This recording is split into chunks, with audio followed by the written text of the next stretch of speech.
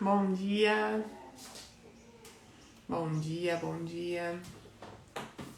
Estamos aqui mais uma vez, pela 11ª vez, juntos, para descobrirmos que raios é a metafísica. Bom dia, Lani. Bom dia, Dani. Estamos aqui hoje para falarmos sobre transcendentais. O que são os transcendentais? Que a gente ouve falar o tempo inteiro aqui na nossa bolha, digamos assim. Deixa eu fixar o comentário.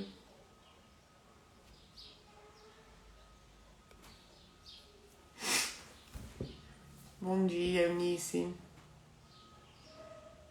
Provavelmente vocês já ouviram falar muito, né?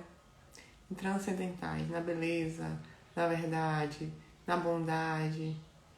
E às vezes a gente fica, assim, meio que recebendo a informação por osmose, né? Considerando bom, belo e verdadeiro. Mas muitas vezes a gente não sabe de fato o que é aquilo ali. Por que aquilo deve ser levado em consideração? Quais são os aspectos dos entes que convergem nos transcendentais? Certo? Então vamos lá, vamos começar. Bom dia, Lu. Nós já vimos que a primeira noção que a nossa inteligência capta é a noção de ente. Nós vimos que tem uma noção primeira, que é a noção de ente, e um juízo primeiro, que seria o princípio da não contradição. Tá? Então a noção primeira que a minha inteligência capta é que algo é. Eu olho para o meu celular e eu digo que ele é. Ele está aqui. Ele existe. Já vimos que antes era um nada, quando você sai do nada e entra na existência, você passa a ser um ente, certo? E aí, o nosso estudo acerca do ente, ele vai caminhando em duas direções. Ou a gente caminha para suas particularidades e diferenças, que é que um tem de diferente do outro, e aí nós caminhamos para os predicamentos, ou categorias, que a gente já estudou lá na semana passada, ou retrasada. Ou a gente caminha para o lugar onde ele converge, onde as características do ente convergem, que são essas coisas que nós chamamos de transcendentais, tá? Então vejam, primeira coisa, noção de ente, algo é. Primeira coisa que minha inteligência capta.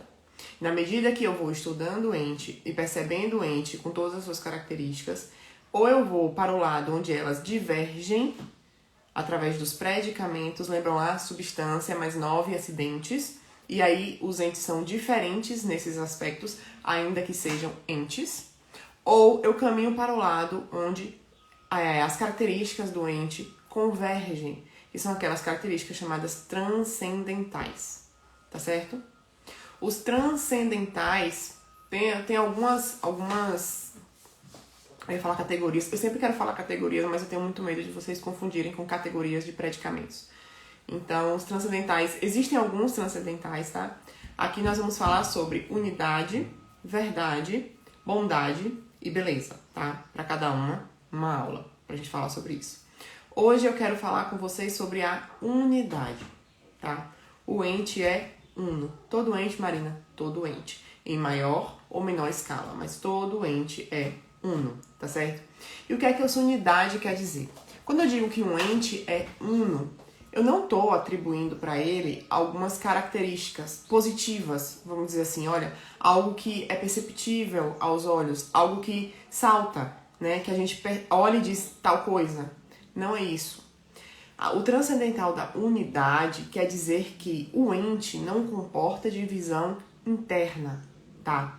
A unidade está ligada diretamente ao ser. Lembrem-se disso. Se eu perco a unidade, eu perco o ser. Quando a gente morre, que nosso corpo padece, que nosso corpo se decompõe, o que é que aconteceu? Nós perdemos a nossa alma. Percebe? Então, se a alma sai do meu corpo, eu não tenho mais vida, porque a alma anima o nosso corpo, dá a ela movimento. E se eu não tenho mais vida, nada está funcionando, o meu corpo começa a se decompor. Eu deixo de ser ente, pelo menos ente corpóreo do jeito que era visto antes, tá? Por que isso acontece? Porque houve uma divisão.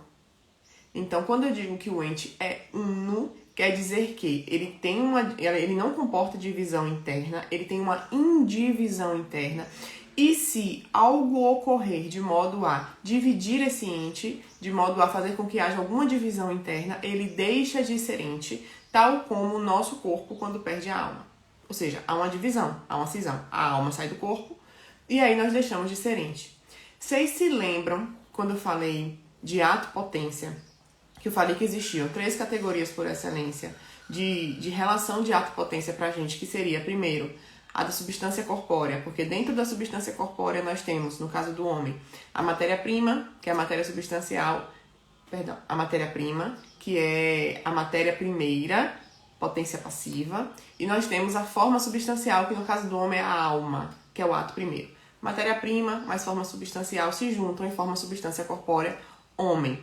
Esse é, por exemplo, eu ia falar um exemplo.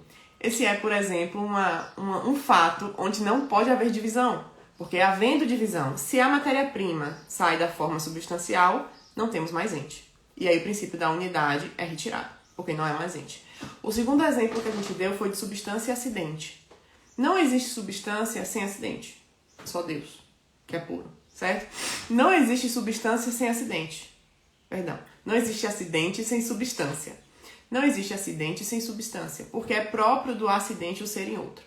Nesse livro que eu estou usando para dar aula para vocês, no capítulo de substância e acidente, ele dá o exemplo da Eucaristia, onde permanecem os acidentes sem substância. Mas eu não vou entrar nesse mérito não, porque a exceção da exceção eu acho que não vale pra gente. Então, se vocês virem em algum lugar que a Eucaristia é um exemplo de acidente sem substância, é disso aqui que a pessoa está falando, tá? Então, quando eu separo substância de acidente e acidente de substância, eu provoco uma divisão interna no ente e, portanto, ele deixa de ser ente. E o terceiro exemplo que ele dá no capítulo de substância e acidente, de ato-potência, é o exemplo de essência e ato de ser, que também é uma dupla de ato-potência.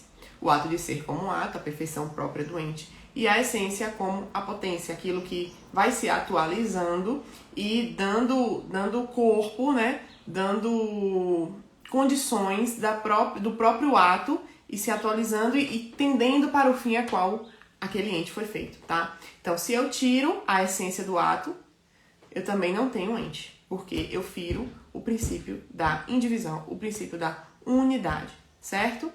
Então, vão existir entes que vão ter uma maior unidade, que vão ser mais perfeitos, que vão ser mais plenos, a exemplo de Deus, que é uma substância simples, né? Pura. E por isso é dito que existe uma simplicidade nesse ente.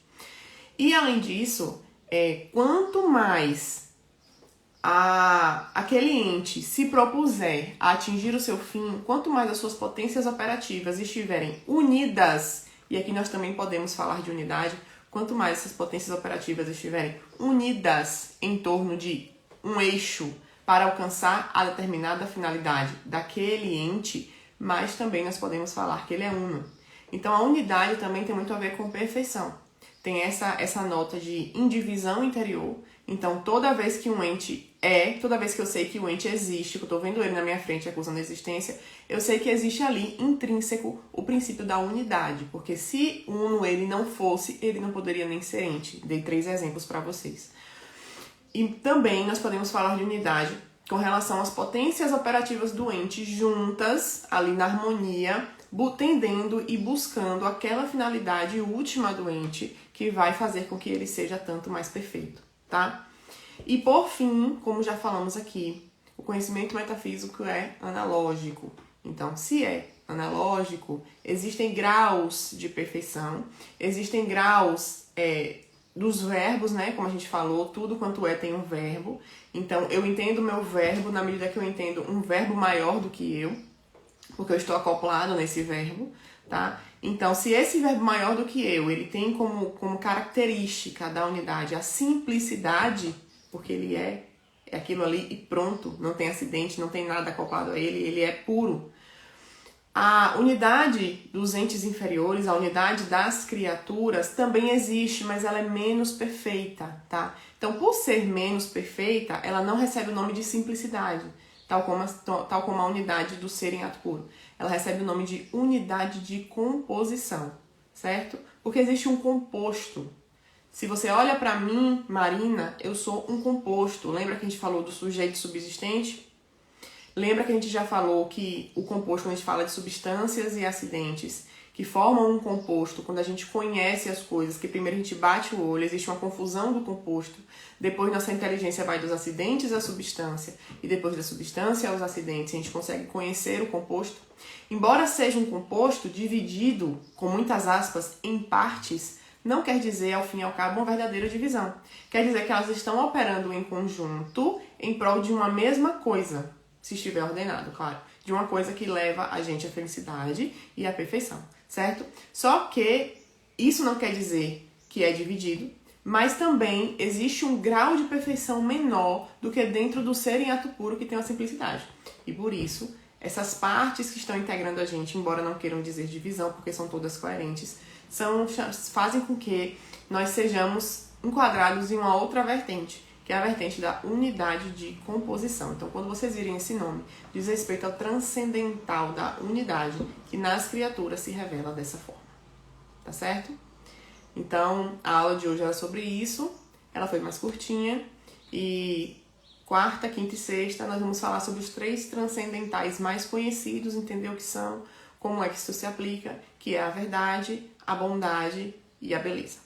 Tá bom? Estejam aqui amanhã comigo. Um beijo e qualquer dúvida podem deixar lá nos comentários da live que eu vou postar já já.